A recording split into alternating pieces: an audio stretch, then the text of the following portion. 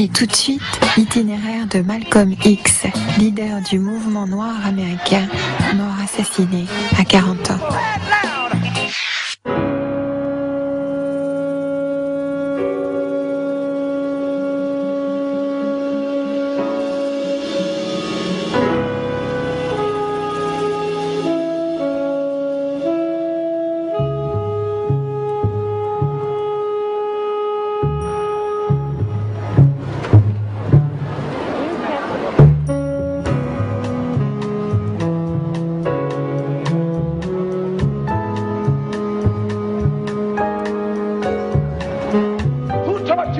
The color of your skin? Who taught you to hate the texture of your hair? Who taught you to hate the shape of your nose and the shape of your lips? Who taught you to hate yourself from the top of your head to the soles of your feet? Who taught you to hate your own kind? Who taught you to hate the race that you belong to? So much so that you don't want to be around each other. No. Before you come asking Mr. Muhammad, does he teach hate, you should ask yourself, who taught you to hate being what God gave you? La plupart d'entre nous, les Noirs, ou les nègres, comme ils nous appelaient, pensions être libres. Nous ne nous rendions pas compte que, inconsciemment, nous avions toujours nos chaînes. Et que bien souvent, notre motivation profonde était notre désir de nous faire aimer des Blancs. Malcolm a voulu crever l'abcès lié à ce sentiment d'infériorité. Il savait que ce serait douloureux et qu'il se ferait peut-être tuer pour ça, mais il a pris le risque.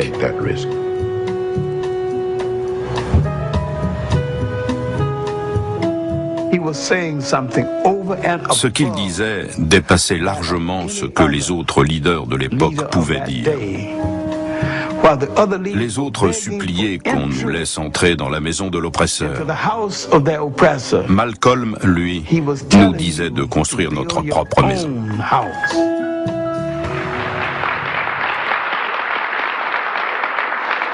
And I, for one, as a Muslim, believe that the white man is intelligent enough.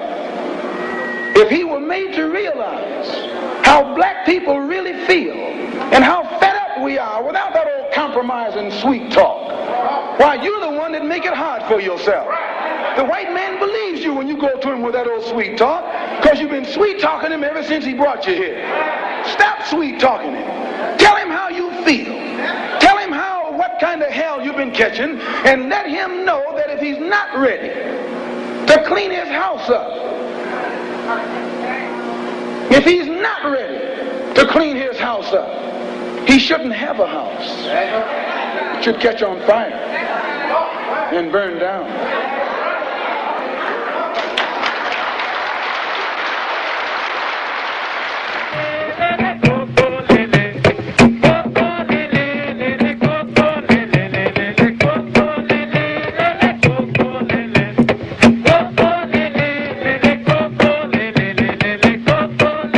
Pendant la majeure partie du XXe siècle, les rues de Harlem ont été le lieu où les Noirs célébraient leur culture et débattaient du problème de la question raciale en Amérique.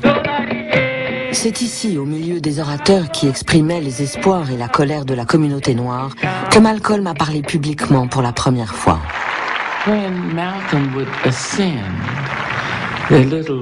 Quand Malcolm montait sur l'estrade, il ne pouvait même pas parler pendant 4 ou 5 minutes, tellement les gens l'applaudissaient et l'acclamaient. Alors il attendait, acceptant cette marque de respect avant de se mettre à parler. They call Mr. Muhammad a hate teacher because he makes you hate dope and alcohol. They call Mr. Muhammad a black supremacist because he teaches you and me not only that we're as good as the white man, but better than the white man. Yes, better than the white man. You are better than the white man. And that's not saying anything. That's not saying you know where just to be equal with him.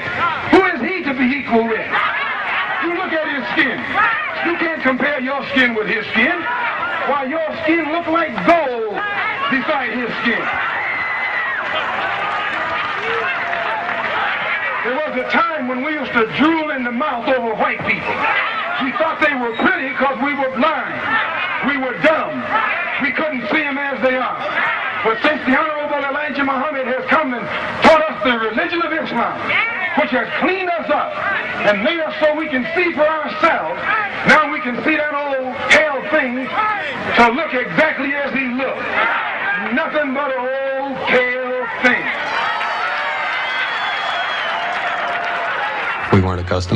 On n'avait pas l'habitude de se faire traiter de diables et d'oppresseurs dans nos belles villes des États du Nord. Il parlait au nom de la masse silencieuse des Noirs sur les stations radio des diables. C'était un acte de guerre.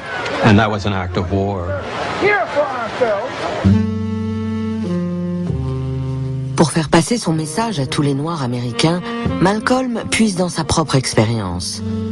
Il prêche par fables et paraboles.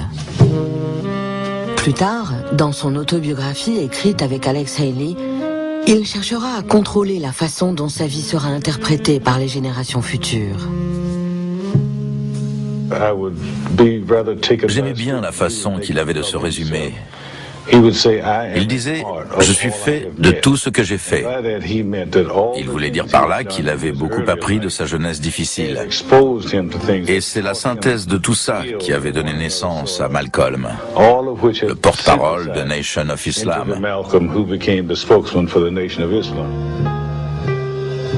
You were born in Omaha, is that right? Yes, sir. And your family left Omaha when you were what, 1 year old? I imagine about a year old. And why did they leave Omaha? Well, to my understanding, the Ku Klux Klan burned down one of their homes in Omaha. They had a lot of Ku Klux This made your family feel very unhappy, I'm sure. Well, insecure, if not unhappy. So you must have a somewhat prejudiced point of view, a personally prejudiced point of view. In other words, you cannot look at this in a broad academic sort of way, really. I think that's incorrect because despite the fact that happened in Omaha, and then when we moved to Lansing, Michigan, our home was burned down again. In fact, my father was killed by the Ku Klux Klan. And despite all of that, no one was more thoroughly integrated with whites than I. No one has lived more so in the society of whites than I. On était les seuls enfants noirs du quartier. Derrière notre maison, il y avait un petit bois et les gamins blancs venaient s'amuser chez nous.